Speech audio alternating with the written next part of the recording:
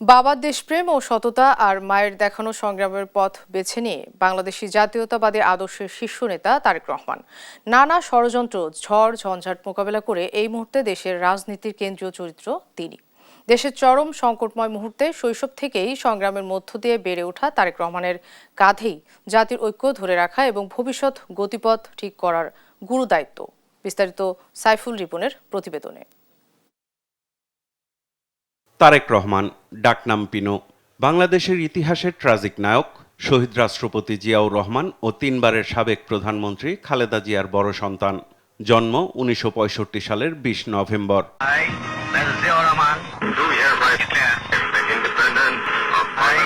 ১৯৭১ সালের স্বাধীনতা যুদ্ধের সময় যখন তৎকালীন মেজর জিয়াউর রহমান স্বাধীনতা ঘোষণা করে যুদ্ধে ঝাঁপিয়ে পড়েন, তখন তারেক রহমান, তার মা এবং তার ভাইকে অন্যান্য আরও অনেক মুক্তিযোদ্ধা সামরিক কর্মকর্তাদের পরিবারের সদস্যদের সাথে গ্রেপ্তার হতে হয়, যে কারণে স্বাধীনতার জন্য সর্বকনিষ্ঠ কারাবন্দীদের একজন হিসেবে পরিচিতি হয় তার। দেশ স্বাধীন হলে স্বাধীনতার ঘোষক শহীদ রাষ্ট্রপতি জিয়াউর রহমান দেশের ঊর্ধ্বতন সামরিক কর্মকর্তা হিসেবে কর্মরত থাকাকালীন ৮-১০টা সাধারণ মানুষের মতোই জীবন কেটেছে তারেক রহমানের।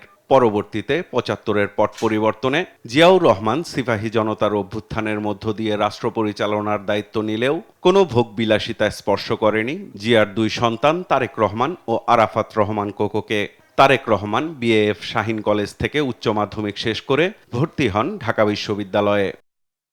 ১৯৮১ সালের ৩০ মে দেশপ্রেম ও সততার অভূতপূর্ব নজির তৈরি করা তৎকালীন রাষ্ট্রপতি জিয়াউর রহমানকে দেশবিরোধী ষড়যন্ত্রকারীরা নির্মমভাবে হত্যা করলে দেশের ওপর যেমন বিপর্যয় নেমে আসে, তেমনি সন্তান হিসেবেও নতুন সংগ্রামের জীবন শুরু হয় তারেক রহমানের। লেখাপড়ার পাশাপাশি সার্বক্ষণিক সঙ্গী হয়ে শক্তি জুগিয়েছেন সদ্য রাজনীতিতে যুক্ত হওয়া মা বিএনপি চেয়ারপারসন খালেদা জিয়াকে।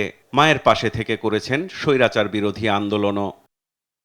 ১৯৮৬ সালে পাতানো নির্বাচনের বিরুদ্ধে সংবাদ সম্মেলনের অভিযোগে তৎকালীন স্বৈরাচারী এরশাদ সরকার তাকে তার মায়ের সাথে গৃহবন্দী করে রাখে একাধিকবার। ১৯৮৮ সালে গাবতলী জেলা ইউনিটে সাধারণ সদস্য হিসেবে আনুষ্ঠানিক বিএনপিতে যোগ দেন তারেক রহমান। প্রত্যক্ষ রাজনীতিতে অংশ নেয়ার পরপরই দলের তৃণমূল ও জনগণকে সংগঠিত করতে মনোযোগ দেন তিনি। ৯১-এর নির্বাচনে মায়ের সাথে নির্বাচনী প্রচারণায় অংশ নিয়ে বিজয় আনতে গুরুত্বপূর্ণ ভূমিকা রাখেন তারেক রহমান। ১৯৯৩ সালে বগুড়া জেলা ইউনিটে সম্মেলনের আয়োজন করে গোপন ব্যালটের মাধ্যমে দলের নেতৃত্ব নির্বাচনের ব্যবস্থা করেন তিনি। এমন কর্মসূচির মধ্য দিয়েই গণতান্ত্রিকভাবে দলের নেতা নির্বাচনকে উৎসাহিত করেন তারেক রহমান। তারেক রহমানের প্রচেষ্টায় ২০০১ সালের নির্বাচনে নিরঙ্কুশ বিজয় লাভ করে ফের সরকার গঠন করে বিএনপি। প্রচেষ্টার স্বীকৃতি হিসেবে ২০০২ সালে দলের স্থায়ী কমিটি তাকে বিএনপির সিনিয়র যুগ্ম মহাসচিব পদে মনোনীত করে। ২০০৫ সালে দেশব্যাপী তৃণমূল সম্মেলন আয়োজন করে তৃণমূল নেতাকর্মীদের সাথে কথা বলা, স্থানীয় বাসিন্দা ও সমর্থকদের সাথে মতবিনিময় করেন, জনগণের কাছে বিএনপির কর্মসূচি প্রচার করেন এবং ব্যক্তিগতভাবে সম্মেলনে নিবন্ধনকারীদের অন্তত ১৮,০০০ চিঠির উত্তর দেন তারেক রহমান। তৃণমূল থেকে সংগঠনকে শক্তিশালী করার পাশাপাশি দেশকে এগিয়ে নিতে তারেক রহমানের নেয়া ভূমিকা শঙ্কা তৈরি করে বিরোধী শিবির ও আন্তর্জাতিক অপশক্তিকে। নানা ষড়যন্ত্রের শিকারও হতে হয় তাকে। জাতির সম্ভাবনাময় ভবিষ্যৎ নেতা হওয়া সত্ত্বেও প্রতিহিংসা থেকে তারেক রহমানের বিরুদ্ধে প্রতিশোধমূলক ব্যবস্থা নেয় ২০০৭ সালের আওয়ামী লীগ সমর্থিত সামরিক শাসকরা। এ সময় খালেদা জিয়াকে দেশ ত্যাগে বাধ্য করতে তারেক রহমানকে গ্রেপ্তার ও তার ওপর অমানবিক শারীরিক নির্যাতনও করে তৎকালীন শাসক গোষ্ঠী। প্রায় ১৮ মাস ব্যাপী নিপীড়িত অবস্থায় কারান্তরীণ থাকার পর ২০০৮ সালের ৩ সেপ্টেম্বর সব মামলায় তারেক রহমান জামিন পান এবং তৎকালীন বঙ্গবন্ধু শেখ মুজিবুর রহমান মেডিকেল বিশ্ববিদ্যালয় হাসপাতালে চিকিৎসাধীন অবস্থায় মুক্তি লাভ করেন। ২০০৮ সালের ১১ সেপ্টেম্বর সংকটাপন্ন অবস্থায় উন্নত চিকিৎসার জন্য লন্ডনে যান তিনি। লন্ডনে চিকিৎসারত অবস্থায় ২০০৯ সালের ৮ ডিসেম্বর দলের সিনিয়র ভাইস চেয়ারম্যান হিসেবে দায়িত্ব গ্রহণ করেন তারেক রহমান। সেখানে থেকেই দলের তৃণমূলকে সংগঠিত করার পাশাপাশি দেশে গণতন্ত্র প্রতিষ্ঠার আন্দোলনের নেতৃত্ব দেন তিনি।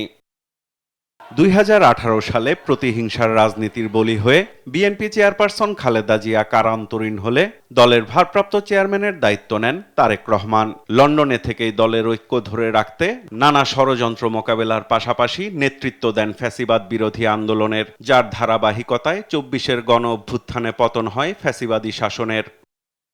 দীর্ঘদিনের ফ্যাসিবাদী অপশাসনের পতনের পরও দেশের গণতান্ত্রিক উত্তরণের পথে এখনও সক্রিয় নানা ষড়যন্ত্র মোকাবিলা করছেন তারেক রহমান। হাসপাতালে সংকটাপন্ন অবস্থায় চিকিৎসাধীন বিএনপি চেয়ারপারসন খালেদা জিয়ার অনুপস্থিতিতে দেশের রাজনৈতিক ঐক্য ও ভবিষ্যৎ গতিপথ নির্দিষ্টের গুরু দায়িত্ব এখন তার ওপর। সবার আগে বাংলাদেশ। সাইফুল রিপন, দেশ টিভি, ঢাকা।